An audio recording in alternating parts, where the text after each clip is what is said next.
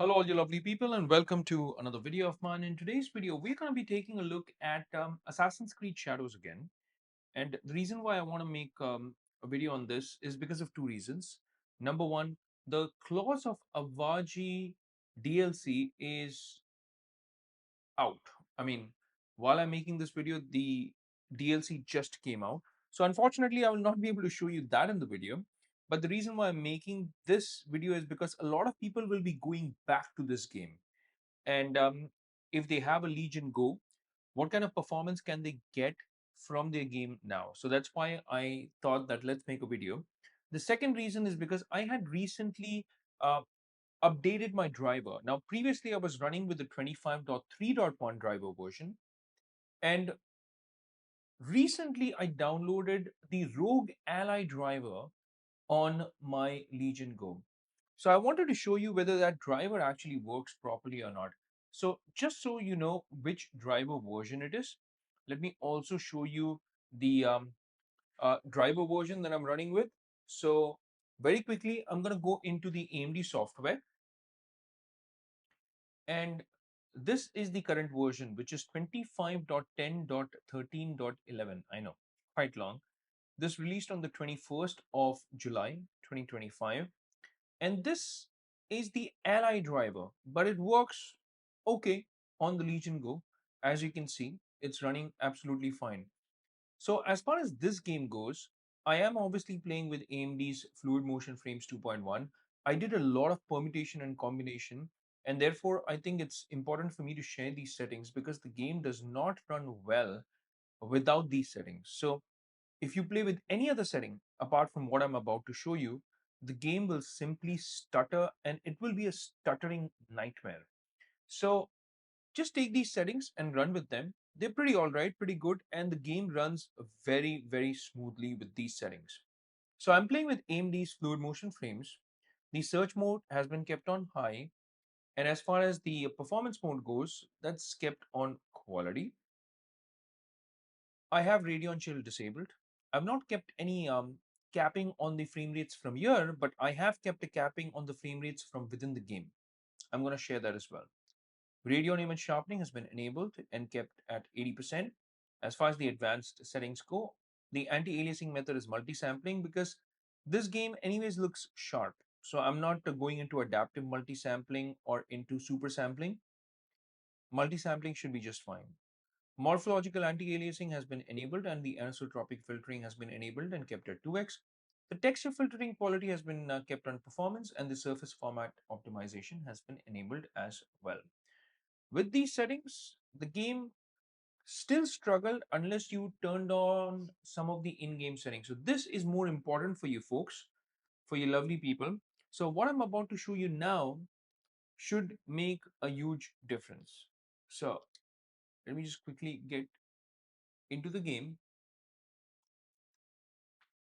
and go into the settings. This is really important, guys. Otherwise, your game will crash. Let me go over the options. Not exactly crash, but it will suffer. It will stutter quite a lot. So prior to this, I was running with a 25.3.1 driver, and the performance was very similar to this driver. So this driver, although it's an allied driver, still runs pretty all right on the Legion Go. Now, the display settings, this is what I want you to pay attention to. All right, I'm playing at 720p.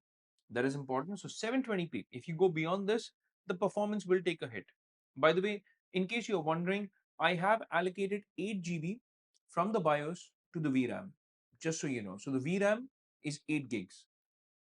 I'm playing with borderless window because I want to track the performance, and the Legion Space Tracker will not work unless you have it on borderless window.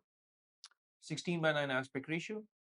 I do have a frame rate limiter on. In cutscenes, it's 30 FPS, but otherwise, it's around 40 FPS. So I'm targeting the 40 FPS mark.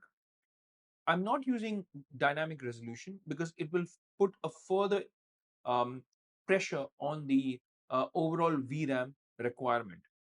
The upscaler type, I like XeSS, but you can run with AMD's FSR as well. Either or works.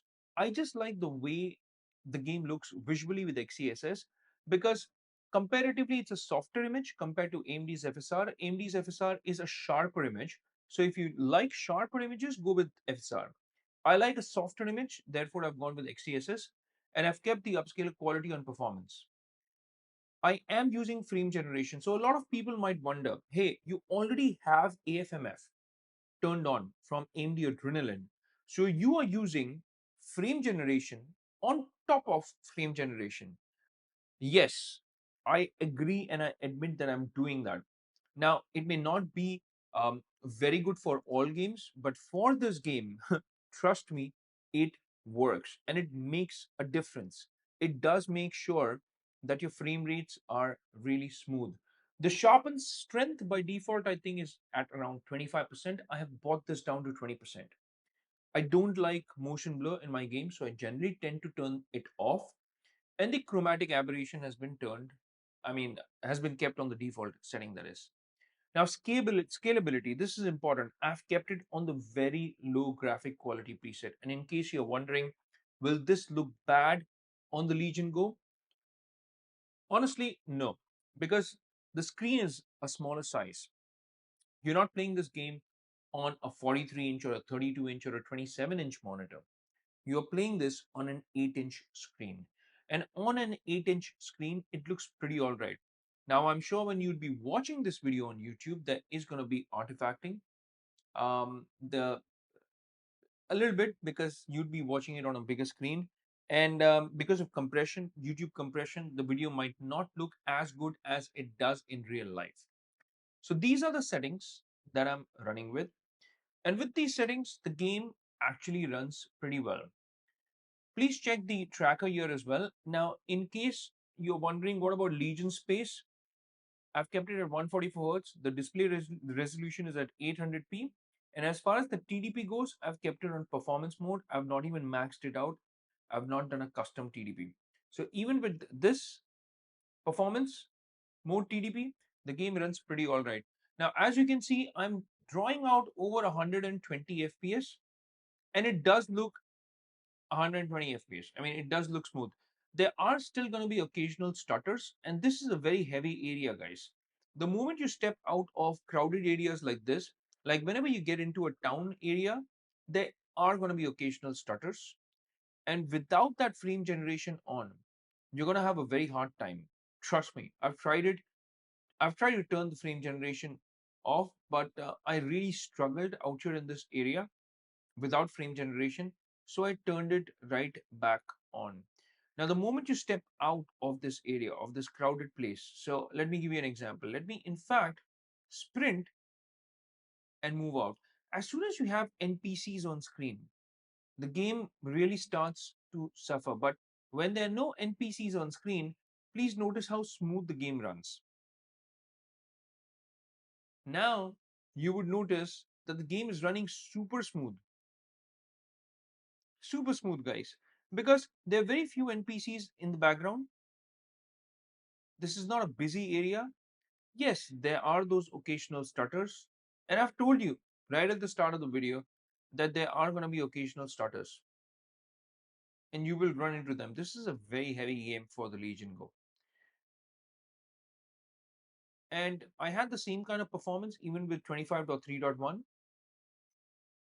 Now, when I get into this area, the game, by the way, still looks great. I mean, visually, one would think that with these low settings, very low settings, that is, the game would look bad, but it actually does not. I mean, the textures look pretty all right. Yeah, the ground texture looks pretty flat, I will admit, but overall, it's not looking that bad. And even when it comes to ghosting and artifacting, it's not bad. I mean, around the character, generally, when you do frame generation, you have a lot of lag. The lag is also pretty minimal here. And the other thing that you have with frame generation is a lot of artifacting and ghosting. So that's pretty controlled here. It's not running that bad. So the game, as you can see, looks pretty good. You can see the foliage, the assets in the background, the textures look pretty nice. There are no pop-in issues as well that I'm facing. And the reason why I'm playing this game again is because a lot of people would be planning to go back to this game because of the Claws of Aaji DLC, which is, by the way, the first major expansion for Assassin's Creed Shadows. And what it allows you to do is it allows you to continue the game's main story. So it picks up on the dangling plot threads that were left at the end of the base game, and it specifically focuses on the fate of Nawe's mother, Suyu. So if you're interested to find out what happened to Suyu, then I think you should download the DLC. And it sends players to this new island of Awaji, and there's supposedly a new 10-hour adventure. So that's pretty decent, considering that this game originally was anyways giving you close to around 55 to 60 hours of gameplay. So when you consider 55 to 60 and add another 10 hours on top of it, I think it's pretty good. So the central premise of the Claws of Awaji revolves around Nawe's mother, and it takes you to the island of Awaji, and therefore the name the Claws of Awaji. And I don't want to get into a lot of spoilers, but you will find out quite a lot about Nawe's mother in the game.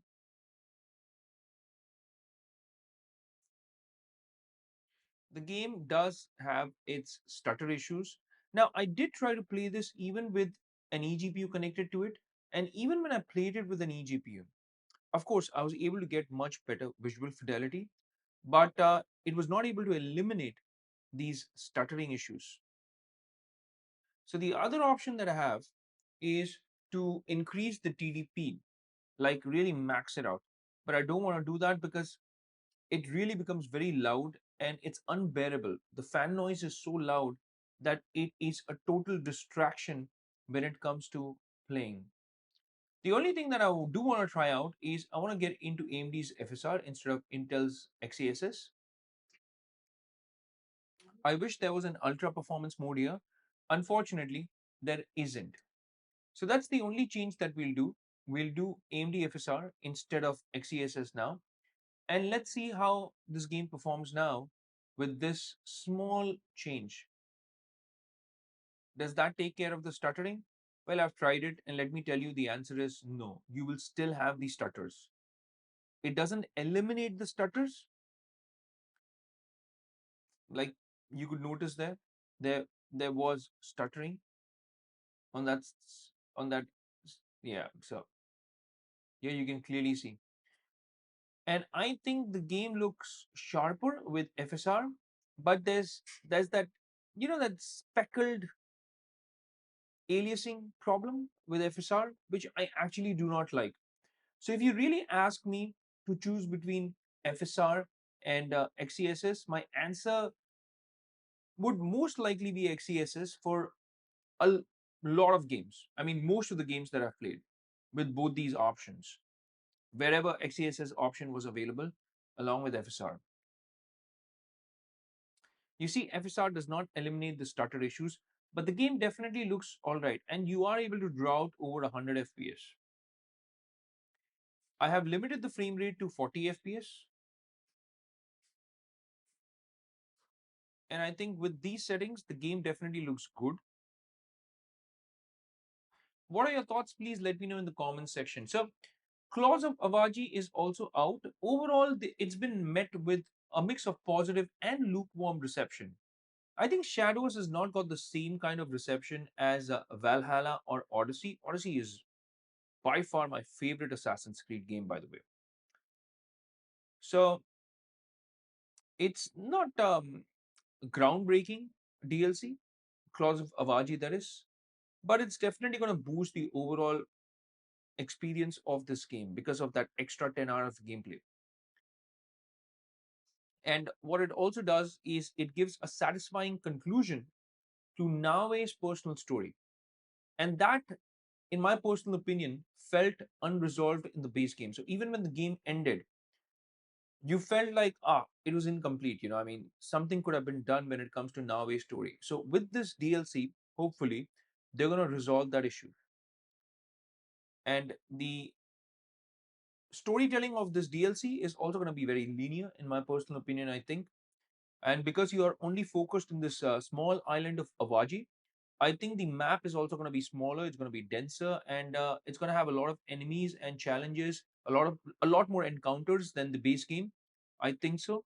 And there's also a new staff called the bow staff. It's a new weapon and it's significant and a welcome addition according to some users and players. So overall, I think this will be a good addition to this game. What are your thoughts? Please let me know in the comment section. As far as this video goes, I think I'll call it a wrap here. I hope you have enjoyed this video. If you have, then please do not forget to hit that like and subscribe button and also that bell icon in case you want to get notified with all my latest videos. I do make videos like this on the Legion Go. These are my Let's Play videos. And apart from this, I have a lot of other videos like gameplay, game reviews, etc. So feel free to check those out on my channel. And I'll see you lovely folks in my next video. Until that time, I'll say take care, stay safe, and may God bless you all.